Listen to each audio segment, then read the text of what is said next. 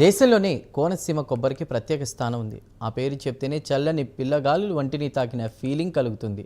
ఎండాకాలం వచ్చిందంటే ఇంటిలిపాది ఆ కొబ్బరి తోటలోనే సేద తీరుతారు. ఇక చుట్టపు చూపుగా వచ్చిన వారంతా కొబ్బరి తోటల్లోనే ఉండి గొప్ప ఊరట పొందుతారు. కొబ్బరి తోటల్లో సినిమా షూటింగ్లు చేయడానికి ప్రతినిత్యం ఎంతోమంది వస్తుంటారు. ఇలా ఎంతో సందడిగా ఉండే కోనసీమ కొబ్బరి తోటలు ఇప్పుడు వెలవెలపోతున్నాయి. లక్షలాది కొబ్బరి చెట్లు జబ్బు పడ్డాయి. కోనసీమ కొబ్బరికి వెన్నెముకగా ఉండే రాజోలు దీవిలో లక్షలాది కొబ్బరి చెట్లు మృత్యువాత పడడం ఆందోళనకు గురిచేస్తోంది.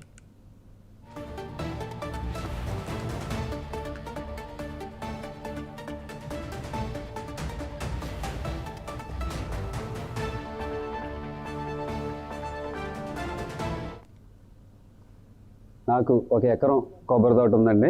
ఆ ఎకరం కొబ్బరి తోటలో నాకు 80 చెట్లు ఉండేవండి. ఈ రోజు అక్కడికి వెళ్ళి చూస్తే మనం 80 చెట్లలో కూడా 2-3 చెట్లు కూడా మిగలలేదండి. ఆ 80 చెట్లలో నాకు వచ్చే ఆదాయం ఇంచుమించు 700-800 కాయ వచ్చేదండి. ఈ రోజు 20 రూపాయలు ఉన్న కొబ్బరి రేటుని పరిస్థితి చూస్తే నాకు ఇంచుమించు 14,000-15,000 రూపాయలు వచ్చేయండి. నాకు ఈ రోజు ₹1 రాని పరిస్థితి అండి. ఒక కొట్టు దగ్గరికి వెళ్ళి పల్లెటూరు గ్రామంలో ఎలా ఉండేదంటే అరువు తెచ్చుకుని తర్వాత సరిపెట్టుకుని ఇలా జీవిత కాలం నడిపేవాళ్ళు అండి. ఈ రోజు ఒక షాప్ దగ్గరికి వెళ్ళి ₹10 అరువు తెచ్చుకుని వాడికి మళ్ళీ సరిపెడతారా లేదా అనేది అరువు ఇచ్చే పరిస్థితి కూడా లేదండి ఈ కేసంపల్లి గ్రామంలోని. సార్, మేము రైతుగా చాలా నష్టపోయామండి. గత ప్రభుత్వంలో కూడా మేము అర్జీలు పెట్టుకుని కలెక్టర్ గారి దగ్గర తిరిగాం, ఎమ్మెల్యే గారి దగ్గర తిరిగాం, అందరి దగ్గరికి తిరిగాం. ఎక్కడా కూడా అండి మా రైతుగా మమ్మల్ని పట్టించుకునే వాళ్ళు లేరండి. మాకు రైతుగా ఏ ఆర్థిక సపోర్టు లేదండి. మేము ఏ అధికారుల దగ్గరికి కానీ ఏ రాజకీయ నాయకుల దగ్గరికి కానీ మేము తిరిగి మాకు ఈ లోన్లు ఇవ్వండి, ఈ ఇవ్వండి, అవి ఇవ్వండి అని ఇప్పటి వరకు మేము అసలు తిరగలేదండి. కాకపోతే ఈ నీరు మా కొబ్బరి తోటల్లోకి రాకుండా అడ్డుకట్ట వేస్తే మేము మళ్ళీ మొక్కేసుకుని మళ్ళీ జీవనోపాధి సాగించడానికి ఈ గ్రామాల్లో నివసించడానికి మాకు ఎంతో ఉపయోగపడుతుంది. 30% సముద్రపు నీరు, 70% గోదావరి నీరు చుట్టూతా ఉండే ఒక అద్భుతమైన అందాల ద్వీపమే రాజోలు దీవి. ఈ రాజోలు దీవిలో రైతులు ఎక్కువగా కొబ్బరి సాగు చేస్తారు. కన్న కొడుకులు లేకపోయినా 4 కొబ్బరి చెట్లు ఉంటే చాలు అనేటువంటి నానుడి ఎక్కువగా కోనసీమ ప్రాంతంలోనే వినిపిస్తుంది. వేలాది ఎకరాల్లో ఈ కొబ్బరి సాగు జరుగుతూ వేలాది మందికి ఉపాధి కల్పిస్తుంది. నిత్యం ఈ ప్రాంతం నుంచి దేశ నలుమూలలకు కూడా కొబ్బరికాయ ఎగుమతి జరుగుతుంది. ఈ కొబ్బరి పంట మీద ఆధారపడి వేలాది మంది రైతులు జీవనం సాగిస్తున్నారు. అయితే కొబ్బరి చెట్లు లక్షల్లో మృతి చెందడంతో రైతులు కంట నీరు పెడుతున్నారు. ముఖ్యంగా అంతర్వేది నుంచి కరవాక్ వరకు ఉన్నటువంటి సముద్ర తీరం వెంబడి ఉండేటువంటి గ్రామాల్లో ఈ కొబ్బరి చెట్లు ఎక్కువగా మృత్యువాత పడుతున్నాయి. ఈ మలికిపురం మండలం రెవెన్యూలో 11 గ్రామాల మధ్యలోంచి శంకరగుత్తం డ్రైన్ ప్రవహిస్తుందండి. ఈ శంకరగుత్తం డ్రైన్ ఇరుపక్కల కూడా సుమారు 1000 ఎకరాల కొబ్బరి తోటలు ఉన్నాయి. ఇది గత 5 సంవత్సరాల నుంచి కూడా ఈ నీరు హైటైడ్ రావడం వల్ల అటు ఇటు ఉప్పు నీరు ఎక్కి మొత్తం కొబ్బరి చెట్లన్నీ కూడా నాశనం అయిపోయినాయండి. నాకు కూడా 2 ఎకరాల కొబ్బరి తోట ఉంది. అది సర్వనాశనం అయిపోయింది. ఆ కొబ్బరి తోట మీద మా జీవనోపాధి అంతా నడిచింది. ఇప్పుడు ఏ ఆదాయం లేక మేము ఎలా బతకాలో తెలియని పరిస్థితి అయిందండి. గత 5 సంవత్సరాల నుంచి కూడా మేము అనేక మంది అధికారులకి అనేక సార్లు మేము విన్నవించుకోవడం జరిగిందండి. అందరూ కూడా వచ్చి ఇక్కడ సంప్రదించి చూసి విజిట్ చేయడం జరిగింది. ఎవరేం వచ్చినా మాకు సరైన పరిష్కారం కూడా ఏమి చూపించలేదు. ఈ కొబ్బరి తోటల మీద మాకు సొసైటీ అప్పులు కూడా తీసుకున్నామండి. ఆ అధికారులు వచ్చి మీరు అప్పులు కట్టండి, అవి చేయండి, ఈ చేయండి అని అడుగుతున్నారు. మాకు ఆదాయం లేక మేము ఏం చేయాలో తెలియని పరిస్థితి. మేము ఇప్పుడు ఆత్మహత్య చేసుకోవాలన్నంత పరిస్థితుల్లో ఉన్నామండి. మాకు సరైన మార్గం చూపించి ప్రభుత్వం ఆదుకోకపోతే, దానికి ఒక మార్గం చూపించకపోతే మేము బతికే పరిస్థితి లేదండి. ఇప్పటి వరకు కొబ్బరి తోటలే పోయినాయండి. కొబ్బరి తోటల్లోనే వచ్చింది నీరు. ఇప్పుడు గ్రామంలో కూడా వచ్చే పరిస్థితి వచ్చింది. ఇప్పుడు నివాస యోగ్యానికి కూడా అనుకూలం లేకుండా పోయింది. మేము ఈ గ్రామాలు వదిలేసి వలస వెళ్ళిపోవాల్సిన పరిస్థితి. మేము ఏవి అప్పులు కట్టుకోలేక, మేము నివాసం ఉండలేక మేము ఏం చేయలేని పరిస్థితి. దీనికి ఒక మార్గం చూపించి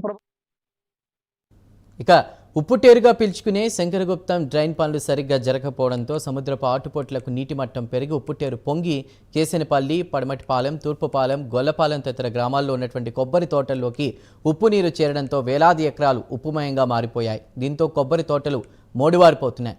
ఒక పక్క తెగుళ్లు, మరో పక్క ఆక్వారంగం నుంచి వచ్చే వ్యర్థ జలాలు, అలాగే సముద్ర తీరం వెంబడి ఇసుకను తరలించకపోవడంతో సముద్రపు నీరు తోటలోకి రావడం వల్ల కొబ్బరి రైతులు తీవ్రంగా నష్టపోతున్నారు.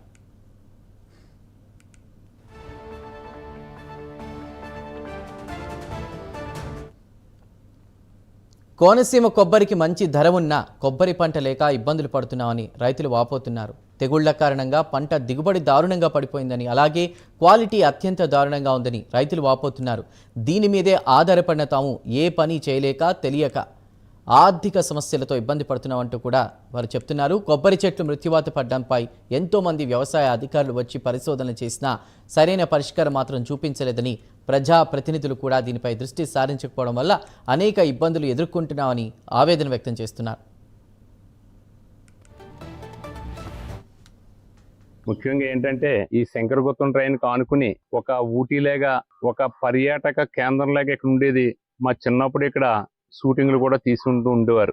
వేసవి కాలంలో ఈ కొబ్బరి తోటల్లో వెళ్ళి అక్కడ పడుకుంటే చల్లగా హాయిగా ప్రశాంతంగా ఉండేది. ఒక మాటలో చెప్పాలంటే వేసవి విడుదలగా కూడా ఉండేది.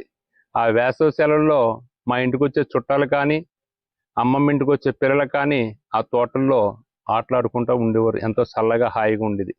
కొబ్బరి చెట్టు అంటే పూర్వం అంటూ ఉండేవారు, 10 కొబ్బరి చెట్లు ఉండేదానికంటే కొడుకు కంటే 10 కొబ్బరి చెట్లు ఉంటే హాయిగా బ్రతకొచ్చని మా పెద్దలు పూర్వీకులు అంటూ ఉండేవారు. ఈవేళ ఈ శంకరగుత్తం ట్రైన్ ఆనుకుని రమారమి 9 గ్రామాలు ఉన్నాయి.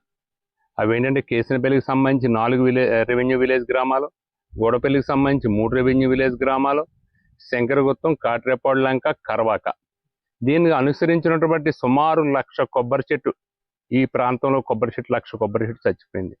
మేము బ్రతకడం ఎలాగో అర్థం కాని పరిస్థితుల్లో అనేక సార్లు గత ప్రభుత్వంలో కూడా మేము అర్జీలు ఇవ్వడం జరిగింది. అప్పుడు ఉండబడ్డ ఈ జిల్లా కేంద్ర అధికారులు అంటే కలెక్టర్ గారు కానీ, వ్యవసాయ అధికారులు కానీ, రీసెర్చ్ స్కాలర్స్ కానీ వచ్చి దీన్ని పర్యవేక్షించడం, దీనికి ఒక పరిష్కారం చూపుతానని ఇంతవరకు ఎవరో దాని గురించి స్పందించలేదు. ముఖ్యంగా రాజోలు నియోజకవర్గంలోని శంకరగుప్తం డ్రైన్లో వెంటనే పూడికతీత చేపట్టి డ్రైన్కి ఇరువైపులా రాతి బండలతో గట్టు నిర్మిస్తే ఉప్పు నీరు కొబ్బరి తోటలోకి రాకుండా ఉంటుందని, మళ్ళీ కొత్తగా కొబ్బరి మొక్కలు నాటి కొబ్బరి సాగు చేయడానికి అవకాశం ఉంటుందని రైతులు చెప్తున్నారు.